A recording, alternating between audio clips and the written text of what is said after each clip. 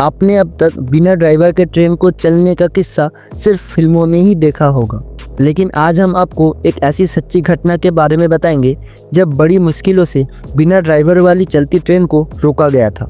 वाकई ये घटना बड़ी अजीब और दिलचस्प वाली थी। इस वीडियो के माध्यम से पूरी घटनाक्रम को जानते हैं। अमेरिका के उत्तर पूर्व में ओहायो नाम का एक राज्य है और ये वही जगह है जहाँ नील आर्मस्ट्रांग का घर था।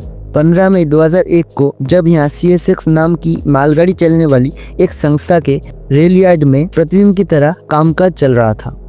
उस दिन वहाँ पर क्रू में एक कंडक्टर, एक इंजीनियर और एक ब्रेकमैन था और वहाँ एक मालगाड़ी खड़ी थी। CSX की 8888 नंबर की एक लोकोमोटिव इंजन के साथ 47 बोगियां खड़ी थी, जिसमें से ज़्यादातर डिब्बे खाली थे और कुछ बोगियों में लोहा लक्कड़ भरा हुआ था। उनमें से 2 डिब्बे ऐसी थी जिसमें टॉक्सिक केमिकल से भरी टैंकर थी। ये टॉक्सिक केमिकल पेंट और गोंद बनाने के काम में आता है।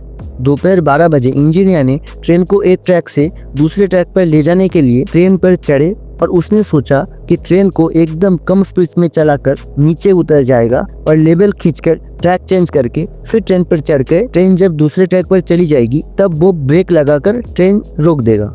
उसी हिसाब से उसने ट्रेन को चालू किया, नीचे उतरकर लेवल खींच दिया और ट्रैक चेंज कर दिया।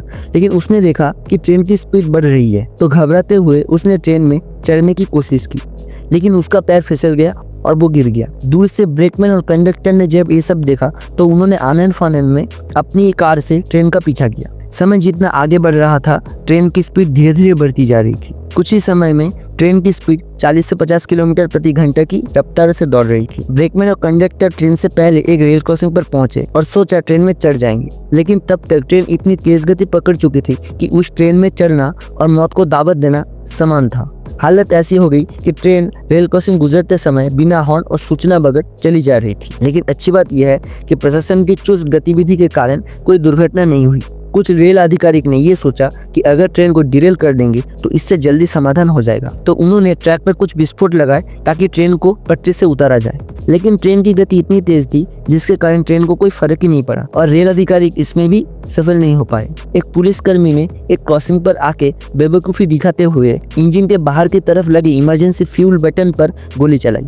उसे लगा उस बटन पर गोली लगने से इंजन से फ्यूल कट ऑफ हो जाएगा, लेकिन गोली कहीं और जाकर लगी और कुछ फायदा नहीं हुआ। रेलवे अधिकारियों ने एक तरीका सूझा कि अगर किसी इंजन से इस मालगाड़ी को पीछे से खींचा जाए तब कुछ समाधान निकल सकता है। उसी समय डेनकॉर्क में खड़ी एक इंजन के ड्राइवर को सूचना दी गई।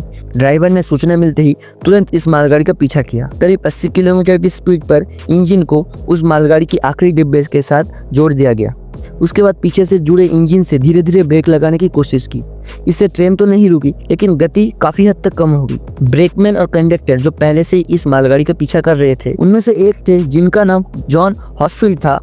हॉस्फील्ड ने हिम्मत जुटाकर जैसे तैसे इंजन पर चढ़कर जल्दी से ब्रेक लगाया और ट्रेन धीमे धीमे चलकर रुक गई। ये पूरा घटनाक्रम कम से कम 2.5 घंटे तक चला और तब तक ट्रेन 106 किलोमीटर दूर पहुंच चुकी थी। जब बाद में इस घटना की जांच हुई तब रिपोर्ट में सामने आया कि इंजीनियर ने जब ट्रेन में चढ़े थे तब ट्रेन को स्टार्ट करते समय गलती हो गई थी। दरअसल ट्रेन की इस मॉडल में ब्रेक लगाने का और स्पीड बढ़ाने का लीवर एक ही है, उसमें से बस एक ही स्विच दबाकर उन्हें बदला जा सकता था। इंजीनियर ने जब ट्रेन का लीवर खींचा था तब वो एक्सेलरेशन मोड पे थी। इस घटना में एक अच्छी बात यह हुई कि इन सब प्रक्रिया में कोई हादसा नहीं हुआ था, इसलिए कोई जान माल का नुकसान नहीं हुआ।